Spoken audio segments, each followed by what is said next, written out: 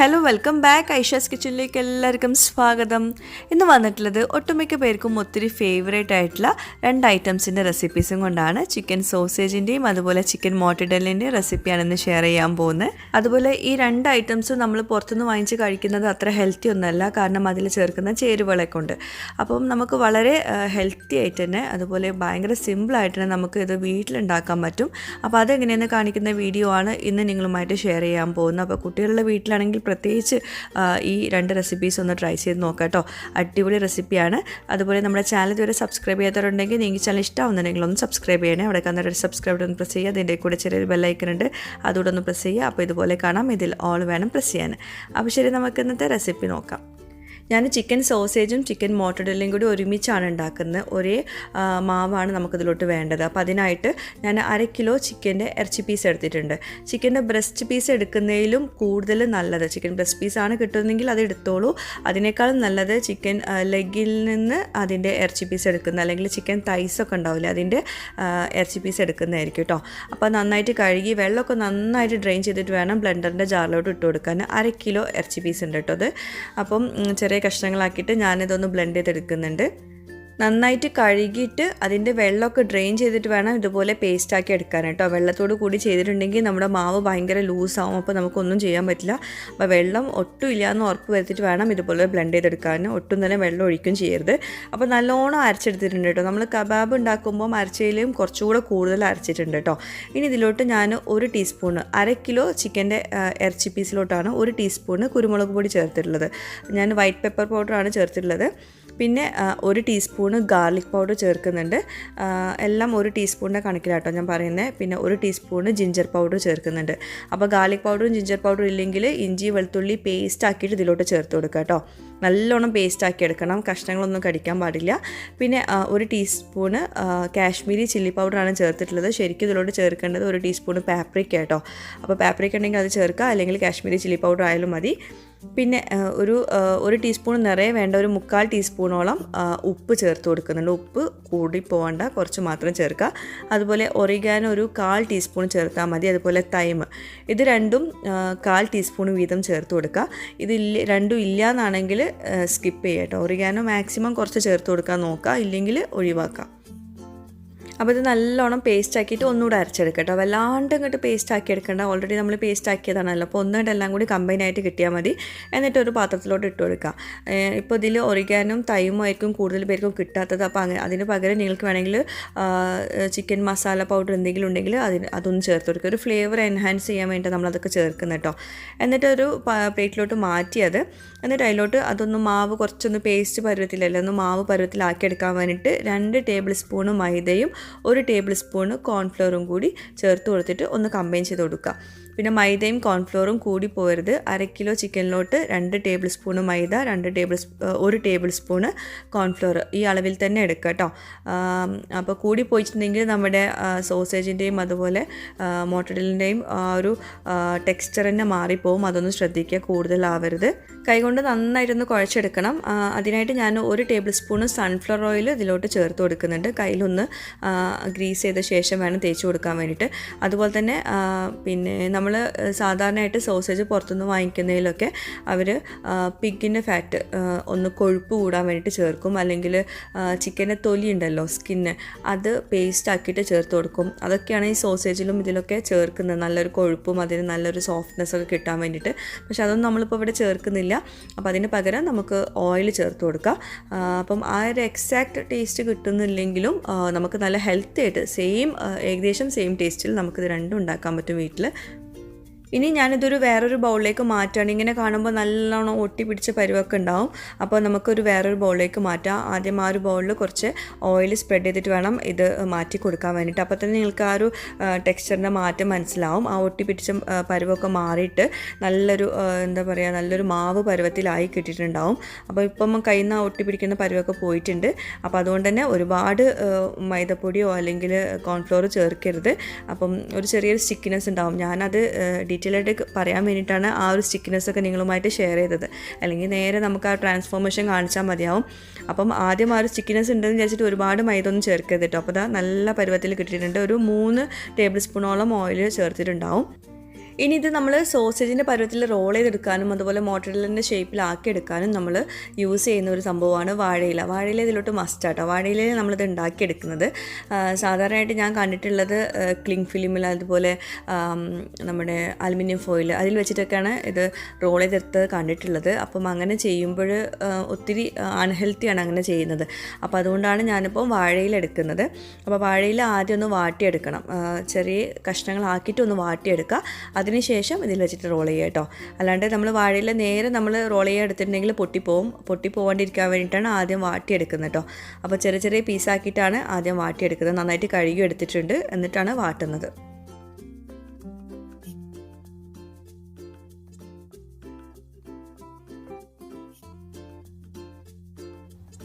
അപ്പോൾ വാഴയില എല്ലാതും വാട്ടിയെടുത്ത് മാറ്റി വെച്ചിട്ടുണ്ട്. ഇനി നമുക്കിതിനകത്ത് നമ്മുടെ സോസേജ് വെച്ചിട്ട് റോൾ ചെയ്തെടുക്കണം. അതെങ്ങനെയെന്ന് കാണിച്ചു തരാം. അപ്പോൾ നമ്മുടെ മാവ് അവിടെ റെഡി ആയിട്ടുണ്ട്. ഇനി ഇത് സോസേജിനായിട്ടും അതുപോലെ മോട്ടറെല്ലയ്ക്കും ഒരേ മാവ് തന്നെയാണ് എടുക്കുന്നത്. അപ്പോൾ കുറച്ച് സോസേജ് ഉണ്ടാക്കാം, ബാക്കിയുള്ളത് വെച്ചിട്ട് മോട്ടറെല്ല ഉണ്ടാക്കാം. അപ്പോൾ ഒരു വാഴയില വാട്ടിയെടുത്തത് എടുത്തിട്ട് അതിനകത്ത് നമുക്ക് ചെറിയൊരു ബോളാക്കിയിട്ട് നമ്മുടെ മാവ് എടുക്കുക. അതിന് മുമ്പ് നമ്മൾ കൈ കുറച്ചൊന്ന് സൺഫ്ലവർ ഓയിലൊന്ന് ഗ്രീസ് ചെയ്തിട്ട് എടുക്കാം. പിന്നെ മാവ് ആദ്യം എടുത്തിട്ട് നോക്കൊന്ന് റോൾ ചെയ്തിട്ട് അത്യാവശ്യം വലുപ്പം ഉണ്ടോയെന്ന്, അഥവാ കൂടുതലാണെങ്കിൽ കുറച്ചൊന്ന് കുറയ്ക്കാം കേട്ടോ. നമ്മൾ സോസേജിൻ്റെ വലുപ്പം അറിയാമല്ലോ, അധികം നീളം ഉണ്ടാവില്ല, അധികം എന്താ പറയുക വണ്ണം ഉണ്ടാവില്ല. അപ്പോൾ അത് ആ ഒരു പരുവത്തിൽ ആക്കിയെടുക്കാം. പിന്നെ പുറത്തുനിന്ന് വാങ്ങിക്കുന്ന സോസേജ് അത്ര ഹെൽത്തി അല്ല എന്ന് പറയാനുള്ള മറ്റൊരു കാരണം എന്താണെന്ന് വെച്ചാൽ ഈ സോസേജ് നമ്മളിങ്ങനെ പേസ്റ്റ് ആക്കിയത് അത് ഒരു കേസിൻ്റെ അകത്താണ് ഇടുന്നത്. അത് മൃഗങ്ങളുടെ ഇൻറ്റസ്റ്റൈൻ്റെ അകത്ത് അങ്ങനെയാണ് ഈ ഒരു ഷേപ്പിലാക്കി എടുക്കുന്നതെന്നൊക്കെയാണ് നമുക്ക് അറിയാൻ പറ്റുന്നത്. നിങ്ങൾ ഗൂഗിളിൽ ടൈപ്പ് ചെയ്താൽ മനസ്സിലാവും. അപ്പോൾ മൃഗങ്ങളുടെ ഇൻറ്റസ്റ്റൈനൊക്കെയാണ് ഇതിനായിട്ട് യൂസ് ചെയ്യുന്നത്. പിന്നെ അല്ലാത്തത് പ്ലാസ്റ്റിക് ഷീൽഡിൻ്റെ ഉള്ളിലൊക്കെയാണെന്നാണ് കേട്ടിട്ടുള്ളത്. എനിക്ക് കറക്റ്റായിട്ട് അറിയില്ല. അതുകൊണ്ടാണ് അത് അത്രയും ഹെൽത്തി അല്ല കഴിക്കാനെന്നുള്ള രീതിയിലാണ് നമ്മൾ എല്ലാവരും കേട്ടിട്ടുണ്ടാവുക. അപ്പോൾ തീർച്ചയായിട്ടും കുട്ടികൾക്കാണെങ്കിൽ ഇതാണെങ്കിൽ ഭയങ്കര ഫേവറേറ്റുമാണ്. അപ്പോൾ തീർച്ചയായിട്ടും നമുക്കത് വീട്ടിലുണ്ടാക്കാവുന്നേ ഉള്ളൂ. അപ്പോൾ ഇതുപോലെ നമ്മൾ വാഴേൻ്റെ ഇലയിൽ ഇതുപോലെ റോൾ ചെയ്തെടുക്കുക. എന്നിട്ടത് ഇതുപോലെ ഒന്ന് ടൈ ചെയ്ത് കൊടുത്താൽ മതി. രണ്ടറ്റത്തും വാഴയിലേൻ്റെ ഒരു നാര് വെച്ചിട്ട് തന്നെ രണ്ടറ്റത്തൊന്ന് ടൈ ചെയ്ത് കൊടുക്കുക. കാണുന്ന പോലെ തന്നെ ഭയങ്കര സിമ്പിളാണ്. നമ്മളത് പറഞ്ഞ് കാണിക്കുമ്പോൾ തീർച്ചയായിട്ടും അത് ഭയങ്കര ലെങ്തി ആയിട്ട് തോന്നും. ഞാൻ പിന്നെ നിങ്ങൾക്ക് ഒരു കൺഫ്യൂഷനും വരരുതെന്ന് വിചാരിച്ചിട്ടാണ് ഇത്രയും ഡീറ്റെയിൽ ആയിട്ടുള്ള വീഡിയോ ഇടുന്നത് കേട്ടോ.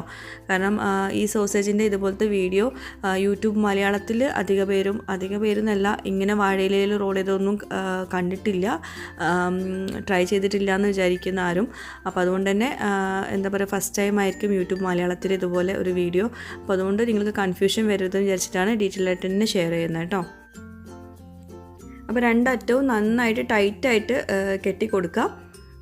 പിന്നെ നമ്മളിത് ലൂസാക്കി കഴിഞ്ഞിട്ടുണ്ടെങ്കിൽ എന്താ പ്രശ്നം എന്ന് വെച്ചാൽ ആ ഷേപ്പ് നമുക്ക് കിട്ടില്ല, അത്രയേ ഉള്ളൂ. അപ്പോൾ മാക്സിമം നന്നായിട്ട് ടൈറ്റായിട്ട് കെട്ടി കൊടുക്കുക. അതിന് ശേഷം ഇതുപോലെ റോൾ ചെയ്ത് കൊടുക്കുക, ആ ഒരു ഷേപ്പ് കിട്ടാൻ വേണ്ടിയിട്ട് കേട്ടോ.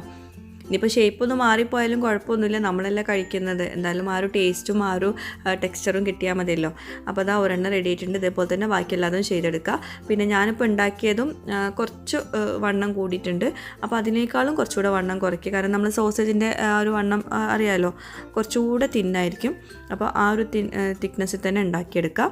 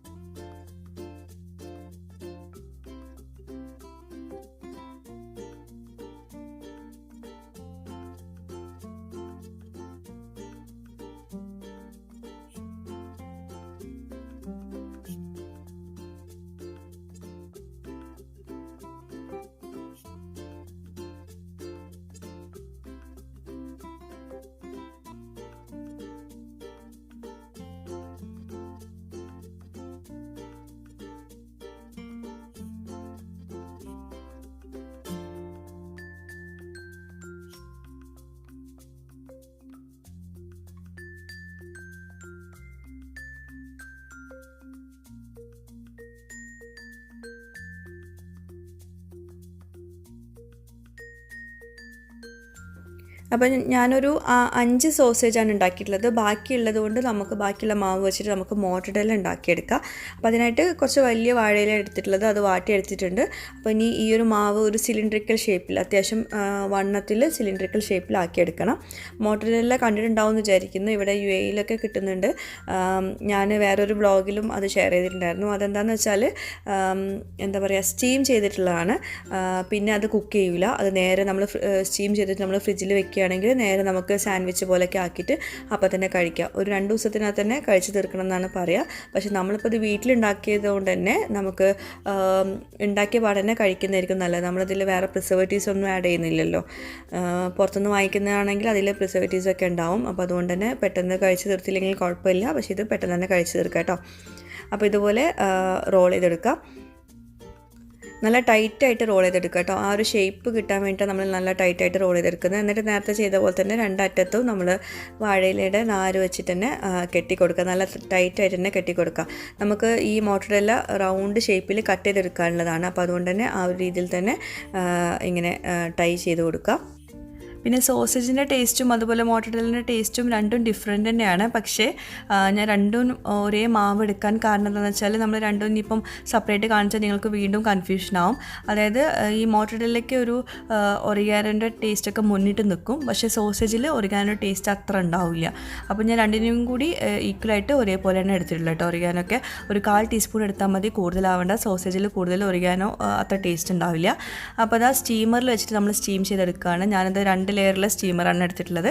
അടിയിൽ വെള്ളം തിളയ്ക്കുന്ന സമയത്താണ് വെച്ച് കൊടുത്തിട്ടുള്ളത്. അപ്പോൾ ഏറ്റവും താഴത്തെ ലെയറിൽ ഞാൻ മോട്ടഡെല്ലയാണ് വെച്ചിട്ടുള്ളത്. കാരണം അതാണ് നമ്മൾ കുറച്ചുകൂടെ കൂടുതൽ കുക്ക് ചെയ്യാനുള്ളത്. ബാക്കിയുള്ളതൊക്കെ തിന്നാക്കിയില്ല നമ്മൾ ഉണ്ടാക്കിയിട്ടുള്ളത്. ഇതൊരു 10 മുതൽ 15 മിനിറ്റിനകത്ത് തന്നെ നമ്മൾ റെഡിയായി കിട്ടും. അത് നിങ്ങൾ എത്ര വണ്ണത്തിലാണ് ഉണ്ടാക്കുന്ന ആ ഒരു അത്രയും സമയം എടുക്കും. അതിൽ കൂടുതൽ കുക്ക് ചെയ്യേണ്ട. അപ്പം വരുമ്പോൾ ഭയങ്കര ഹാർഡാവും കേട്ടോ. അപ്പോൾ ഒരു 10-12 മിനിറ്റ് കഴിഞ്ഞപ്പം ഞാൻ തുറന്നു നോക്കിയപ്പം അത്യാവശ്യം നന്നായിട്ട് കുക്കായിട്ടുണ്ട്. കാരണം നമ്മൾ തൊട്ട് നോക്കി കഴിഞ്ഞിട്ടുണ്ടെങ്കിൽ ആ ഒരു സോഫ്റ്റ്നെസ്സിൽ വരുന്നുണ്ടെങ്കിൽ, അതായത് നമുക്ക് ചെക്ക് ചെയ്താൽ തന്നെ മനസ്സിലാവും. അതുപോലെ നമ്മളെ വാഴയിലയുടെ കളറൊക്കെ നല്ലോണം മാറിയിട്ടുണ്ട്. അപ്പോൾ നമ്മുടെ സോസേജും അതുപോലെ മോട്ടഡെല്ലയൊക്കെ റെഡി ആയിട്ടുണ്ട്. അപ്പോൾ രണ്ടും സ്റ്റീം ചെയ്ത് കഴിഞ്ഞിട്ടുണ്ട്. ഇനി നമുക്ക് ആദ്യം സോസേജ് റെഡിയാക്കി എടുക്കാം. മോട്ടഡെല്ല എന്ന് പറയുമ്പം ഇങ്ങനെ സ്റ്റീം ചെയ്തിട്ട് പിന്നെ കട്ട് ചെയ്തിട്ട് അപ്പോൾ തന്നെ സെർവ് ചെയ്യുന്നതാണ്. പക്ഷേ സോസേജ് നമ്മൾ ഇതുപോലെ സ്റ്റീം ചെയ്ത ശേഷം ഒന്ന് ഫ്രൈ ആക്കി എടുക്കും. ജസ്റ്റ് ഒരു 1-2 മിനിറ്റ് ഒന്ന് ഫ്രൈ ആക്കി എടുക്കും. അപ്പോൾ അതൊന്ന് ആദ്യം സോസേജിൻ്റെ കാര്യങ്ങൾ കാണിച്ചു തരാം. അപ്പോൾ ഇതുപോലെ വാഴയിലയിൽ നിന്ന് നമുക്ക് സോസേജ് എടുത്ത് മാറ്റാം കേട്ടോ. ഇതിപ്പോൾ ഇങ്ങനെ ഒരു വെള്ളത്തിൻ്റെ ഒരു മോയിസ്റ്റ് ആയിട്ടുള്ള ഒരു ടെക്സ്ചറാണ് കാണുന്നത്. അത് എന്താണെന്ന് വെച്ചാൽ നമ്മൾ സ്റ്റീം ചെയ്തതുകൊണ്ട് കേട്ടോ ആ ഒരു ടെക്സ്ചർ കാണുന്നത്, അല്ലാണ്ട് ഓയിലി ആയിട്ട് തോന്നുന്നില്ല കേട്ടോ. അപ്പോൾ കണ്ടോ, പിന്നെ നമ്മൾ കടയിൽ നിന്ന് വാങ്ങിക്കുന്ന സോസേജിന് വേറൊരു കോട്ടിങ് പോലെ ഉണ്ടാവില്ല. അത് ആ ഇൻഡസ്ട്രിൻ്റെ ഉള്ളിൽ വെച്ചിട്ടാണ് കേട്ടോ. ഒരു വേറൊരു ഗ്ലേസിങ്, ഒരു നല്ലൊരു സോഫ്റ്റ് കോട്ടിങ്ങും കൂടി വരുന്നുണ്ട്. അതിൽ ചേർക്കുന്ന ചേരുവകളെ കൊണ്ടാണ് ആ ഒരു കോട്ടിങ് വരുന്നത് കേട്ടോ. അപ്പോൾ നമ്മുടെ സോസേജ് എല്ലാതും ഓപ്പൺ ചെയ്തെടുത്തിട്ടുണ്ട്. നല്ല മോയിസ്റ്റായിട്ട് നല്ല സോഫ്റ്റായിട്ട് ഇരിക്കുന്നുണ്ട്. ഇനി ഇത് നിങ്ങളിപ്പം യൂസ് ചെയ്യുന്നില്ല എന്നാണെങ്കിൽ ഇത് സെപ്പറേറ്റ് ആയിട്ട് ഫ്രീസ് ചെയ്തിട്ട് അതിന് ശേഷം എയർ ടൈറ്റുള്ള കണ്ടെയ്നറിൽ ഫ്രീസറിൽ വയ്ക്കുക. എൻ്റെ അഭിപ്രായത്തിൽ ഒരു ദിവസത്തിനകത്ത് അല്ലെങ്കിൽ നെക്സ്റ്റ് ഡേ കൊണ്ട് ഇത് ഫ്രൈ ആക്കി തീർക്കുന്നതായിരിക്കും നല്ലത്. കാരണം നമ്മളിതിലോട്ട് പ്രിസർവേറ്റീവ്സ് ഒന്നും ആഡ് ചെയ്തിട്ടില്ല. അപ്പോൾ കുറേ കാലം നമ്മൾ ഫ്രീസറിൽ വെക്കുന്നതിലും നല്ലത് എന്താ പറയുക, പെട്ടെന്ന് തന്നെ യൂസ് ചെയ്ത് തീർക്കുന്നതാണ്. പിന്നെ ഞാനിത് കുറച്ച് മാത്രമേ ഉണ്ടാക്കിയിട്ടുള്ളൂ. നമ്മൾ 5 പേർക്ക് ഉള്ളത് മാത്രമേ ഉണ്ടാക്കിയിട്ടുള്ളൂ. അപ്പം കഴിക്കാനും മാത്രമേ ഉണ്ടാക്കിയിട്ടുള്ളൂ. അപ്പോൾ ഇത് നമ്മൾ സോസേജ് നല്ല സോഫ്റ്റ് ആയിട്ടുണ്ട്, നല്ലോണം കുക്കായിട്ടുണ്ട് കേട്ടോ. അപ്പോൾ ഇങ്ങനെയാണ് നമ്മൾ സോസേജ് ആദ്യം ഒന്ന് പുഴുങ്ങി എടുത്തിട്ടാണ്, പിന്നെ അതുകൊണ്ടാണ് നമ്മൾ ഫ്രൈ ആക്കിയ പാടന്നെ പെട്ടെന്ന് കുക്കായി വരുന്നത് കേട്ടോ. കടയിൽ നിന്ന് വാങ്ങിക്കുന്നതൊക്കെ അങ്ങനെയാണല്ലോ, പെട്ടെന്ന് ഫ്രൈ ആക്കി എടുക്കാൻ പറ്റുന്ന ഐറ്റമാണല്ലോ സോസേജ്. അപ്പോൾ ഇതുപോലെ പ്ലേറ്റിൽ ഇങ്ങനെ സെപ്പറേറ്റ് ആയിട്ട് വിട്ട് വെക്കുക, എന്നിട്ട് ഫ്രീസറിൽ വെക്കുക. അപ്പോൾ അത് ഐസാവൂലേ, ഐസായ ശേഷം എയർ ടൈറ്റുള്ള കണ്ടെയ്നറിൽ ഇട്ട് വെക്കുക. അപ്പോൾ നമുക്ക് ഓരോന്നോരോന്നിട്ട് സെപ്പറേറ്റ് ആയിട്ട് എടുത്ത് കുക്ക് ചെയ്തെടുക്കാൻ പറ്റും. ഇതിപ്പോൾ നിങ്ങളെ കാണിക്കാൻ വേണ്ടിയിട്ടാണ് ഇങ്ങനെ പ്ലേറ്റിലാക്കിയിട്ട് കാണിച്ചിട്ടുള്ളത്. ഞാൻ അപ്പോൾ തന്നെ അത് ഫ്രൈ ആക്കാൻ പോവുകയാണ്. അതിനായിട്ട് പാന് ചൂടാക്കിയിട്ട് വെളിച്ചെണ്ണ ഒഴിച്ചു കൊടുക്കുക. വെളിച്ചെണ്ണ ഞാൻ ചേർത്തിട്ടുള്ളത്, ഓയിൽ ഒഴിച്ചാലും മതി. എന്നിട്ട് നമുക്കിത് ഓരോന്നായിട്ട് ഇട്ട് കൊടുക്കുക. ഒരു 2 മിനിറ്റ് അതിനകത്ത് തന്നെ അത് കളറൊക്കെ ഒന്ന് മാറും കേട്ടോ. നമ്മൾ ശരിക്കും പുറത്തുനിന്ന് വാങ്ങിക്കുന്ന സോസേജിൻ്റെ സെയിം കളറിലൊക്കെ കിട്ടും. അപ്പോൾ ഒന്ന് ഫ്രൈ ആക്കി എടുക്കുക. 2 വശവും ഒന്ന് കുക്കാവുന്ന വരെ, വല്ലാണ്ട് ഫ്രൈ ആക്കി എടുക്കണ്ട. അതുപോലെ എനിക്ക് ഈ സോസേജ് ഉണ്ടാക്കുമ്പോൾ പറയാനുള്ള 2 കാര്യങ്ങൾ എന്താണെന്ന് വെച്ചാൽ, ഒന്ന് മൈദയും കോൺഫ്ലോറും കൂടി പോവരുത്, അത് പാകത്തിന് മാത്രം ചേർത്ത് കൊടുക്കുക. രണ്ടാമതായിട്ട് ഒറിഗാനോ, തൈം, ഇത് രണ്ടും ഇല്ലെങ്കിലും നിങ്ങളിത് ട്രൈ ചെയ്യാണ്ടിരിക്കരുത്. അത് രണ്ടും മസ്റ്റല്ല, ഉണ്ടെങ്കിൽ കുറച്ച് മാത്രം ചേർക്കുക, ഒരുപാട് ചേർക്കും ചെയ്യരുത്. നമ്മളെ ഇറ്റാലിയൻ ഫുഡിലോട്ടൊക്കെ ഇതുപോലെ ഒറിഗാനോ, തൈമൊക്കെ ഉണ്ടെങ്കിൽ വളരെയധികം ടേസ്റ്റ് ആവും, പക്ഷേ കുറച്ച് മാത്രം കേട്ടോ, ഒരുപാട് ചേർക്കരുത്. അപ്പോൾ അതാ നമ്മുടെ സോസേജ് റെഡി ആയിട്ടുണ്ട്. ആ കളറൊക്കെ മാറിയത് കണ്ടോ? ഇതൊക്കെ കാണുമ്പോൾ തന്നെ കുട്ടികൾക്ക് അപ്പം തന്നെ കഴിക്കാൻ തോന്നുന്നൊരു ഫീലാണ് ഈ ഒരു ടെക്സ്ചർ. നമ്മൾ എത്ര സ്റ്റീം ചെയ്ത് എത്ര ഹെൽത്തി ആയിട്ട് കൊടുത്താലും അവർക്ക് ഇങ്ങനെ ഒരു ഫ്രൈഡ് ലുക്ക് കിട്ടിയാലേ അവർക്കത് കഴിക്കാൻ പറ്റുള്ളൂ. അപ്പോൾ ഇത് എണ്ണമയമല്ല നിങ്ങൾ കാണുന്നത്, കാരണം നമ്മളത് പുഴുങ്ങിയെടുത്തുകൊണ്ട് ആ ഒരു മോയിസ്റ്റ് ടെക്സ്ചറാണ് കേട്ടോ. അപ്പോൾ ഞാനിത് ടിഷ്യൂയിലോട്ട് ഇട്ട് കൊടുത്തിട്ടുണ്ട്. അപ്പോൾ ഇതാ നമ്മുടെ സോസേജ് റെഡി ആയിട്ടുണ്ട്. നല്ല ഗോൾഡൻ കളറിൽ വന്നിട്ടുണ്ട്. ഫ്രൈ ആക്കി എടുത്തതാണ്. ഇനി ഫ്രൈ ആക്കാതെയും ഹെൽത്തി ആയിട്ട് നോക്കുകയാണെങ്കിൽ ഫ്രൈ ആക്കാതെയും കഴിക്കാം കേട്ടോ. അപ്പം സോസേജ് റെഡിയായി. ഇനി നമുക്ക് മോർട്ടഡെല്ല ഒന്ന് കട്ട് ചെയ്തെടുക്കാം. പിന്നെ മോർട്ടഡെല്ലയ്ക്ക് നമ്മൾക്ക് ഒറിഗാനോ, തൈമും മസ്റ്റായിട്ടും ചേർക്കുന്നതാണ് നല്ലത്. ആ ഒരു ഫ്ലേവർ എന്തായാലും വേണം. അതുപോലെ തന്നെ മോർട്ടഡെല്ലയിൽ കൂടുതൽ മൈദയും കോൺഫ്ലോറും ആവാൻ പാടില്ല, അപ്പോൾ ഭയങ്കര ഹാർഡാവും. അപ്പോൾ അതൊക്കെ പാകത്തിന് മാത്രം ചേർത്ത് കൊടുക്കുക കേട്ടോ. അപ്പോൾ നമ്മൾ വാഴയില എടുത്ത് മാറ്റിയിട്ടുണ്ട്, കണ്ടോ? നല്ല സോഫ്റ്റായിട്ട് വന്നിട്ടുണ്ട്. ഇനി ഇതിങ്ങനെ അത്യാവശ്യം നല്ല കനം കുറച്ചിട്ട് വേണം കട്ട് ചെയ്തെടുക്കാൻ. അപ്പോൾ ഇങ്ങനെ കട്ട് ചെയ്തിട്ട് എടുക്കുക. അപ്പോൾ ഇത് ഒരുപാട് പേർക്ക് സെർവ് ചെയ്യാൻ പറ്റും കേട്ടോ. നമ്മൾ ബ്രെഡിൻ്റെ അകത്ത് സാൻഡ്വിച്ച് പോലെയൊക്കെ ഉണ്ടാക്കുകയാണെങ്കിൽ ഇത് ഭയങ്കര യൂസ്ഫുള്ളാണ്. പിന്നെ ഇത് ഇനി വേറെ ചൂടാക്കാനൊന്നുമില്ല. ഇതിങ്ങനെ റെഡിയാക്കി കഴിഞ്ഞ ശേഷം നിങ്ങൾക്കൊരു പ്ലേറ്റിലോ എയർ ടൈറ്റ് ആയിട്ടുള്ള കണ്ടെയ്നറിലോ ഇട്ട് വയ്ക്കുക. എന്നിട്ട് എന്താ പറയുക, ഫ്രിഡ്ജിൽ നിന്ന് നേരെ സെർവ് ചെയ്യുന്നതാണ്. പക്ഷെ നമ്മളിതിലോട്ട് പ്രിസർവേറ്റീവ്സ് ഒന്നും ചേർക്കാത്തതുകൊണ്ട് തന്നെ കൂടുതൽ ദിവസം വെക്കേണ്ട, ഒരൊറ്റ ദിവസം കൊണ്ട് തന്നെ തീർക്കുന്നതാണ് നല്ലത്. ഫ്രഷ് ആയിട്ട് ഉണ്ടാക്കി ഫ്രഷ് ആയിട്ട് തന്നെ കഴിക്കുന്നതാണ് നല്ലത്. സാൻഡ്വിച്ച് പോലെ ആക്കിയിട്ട് കഴിക്കാം വെജിറ്റബിൾസൊക്കെ വെച്ചിട്ട്.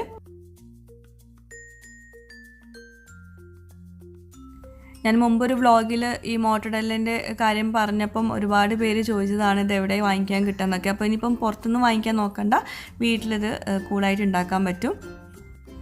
അപ്പോൾ നമ്മുടെ മോർട്ടഡെല്ല റെഡി ആയിട്ടുണ്ട്. അതിൻ്റെ ആ ഒരു ടെക്സ്ചർ ഞാൻ കാണിച്ചു തരാം. ഇതിപ്പോൾ റോൾ ചെയ്തപ്പം കണ്ടോ, ആ ഒരു സ്പേസ് അവിടെ പോയതാണ് കേട്ടോ, അതുകൊണ്ടാണ്. അപ്പോൾ റോൾ ചെയ്യുമ്പോൾ നല്ല കറക്റ്റായിട്ട് നല്ലോണം മാവ് പോലെ കുഴച്ചൊക്കെ എടുത്തിട്ട് റോൾ ചെയ്തെടുക്കുക. അപ്പോൾ നല്ല കറക്റ്റ് റൗണ്ട് ഷേപ്പിൽ കിട്ടും കേട്ടോ.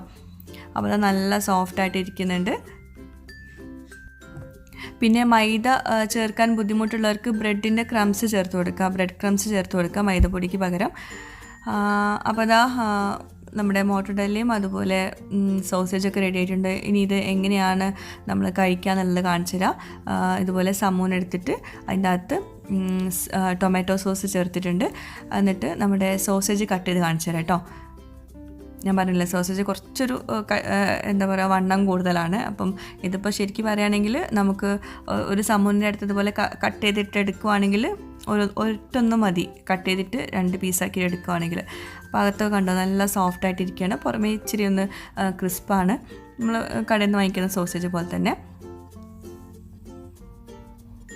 അപ്പോൾ ഇതാ സമൂനിൻ്റെ അകത്ത് സോസേജ് വെച്ചിട്ടുള്ള സാൻഡ്വിച്ച് റെഡി ആയിട്ടുണ്ട്. ഇനി വെജിറ്റബിൾസ് അല്ലെങ്കിൽ അതുപോലെ കെച്ചപ്പ് അല്ലെങ്കിൽ മയണീസൊക്കെ ചേർത്തിട്ട് നിങ്ങൾക്കിത് സെർവ് ചെയ്യാം. ഇനി അടുത്തത് കാണിച്ചു തരാം, നമ്മൾ മോർട്ടഡെല്ല വെച്ചിട്ട് കാണിച്ചു തരാം.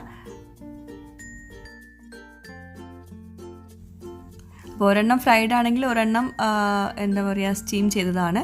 അപ്പോൾ ഹെൽത്തി വൈസ് നോക്കുമ്പം മോർട്ടഡെല്ലയാണ് കുറച്ചുകൂടെ നല്ലത്. അപ്പോൾ ഇത് 2 സാൻഡ്വിച്ച് റെഡി ആയല്ലോ. അപ്പം എന്തായാലും നിങ്ങൾ ഇത് രണ്ടും ട്രൈ ചെയ്ത് നോക്കുക. ഒരൊറ്റ മാവിൽ രണ്ടും ഉണ്ടാക്കാം നമുക്ക് കേട്ടോ. ഇവിടെ റീനുവിൻ്റെയും റോസിൻ്റെയും ഫേവറേറ്റ് ആയിട്ടുള്ള ഒരു ഐറ്റമാണ് സോസേജ്. പണ്ടൊക്കെ ഇടയ്ക്കൊക്കെ വാങ്ങിച്ചു കൊടുക്കാറുണ്ടായിരുന്നു, ഇപ്പോൾ തീരെ വാങ്ങിച്ചു കൊടുക്കാറില്ല.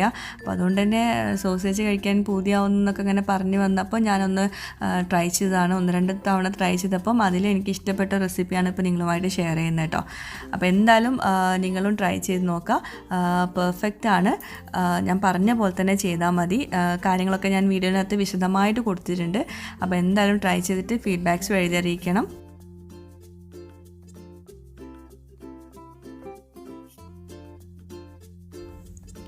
അപ്പോൾ എപ്പോഴും പറയുന്ന പോലെ തന്നെ ഇന്നത്തെ വീഡിയോ എല്ലാവർക്കും ഇഷ്ടമായിട്ടൊന്ന് വിശ്വസിക്കുന്നു. ഇഷ്ടമായാലും എന്തായാലും ലൈക്ക് ചെയ്യാനും മറന്നു പോകരുത്. പുതിയൊരു വീഡിയോയുമായിട്ടോ വ്ളോഗുമായിട്ടൊക്കെ വരുന്നവരേക്കും ബൈ, താങ്ക് യു.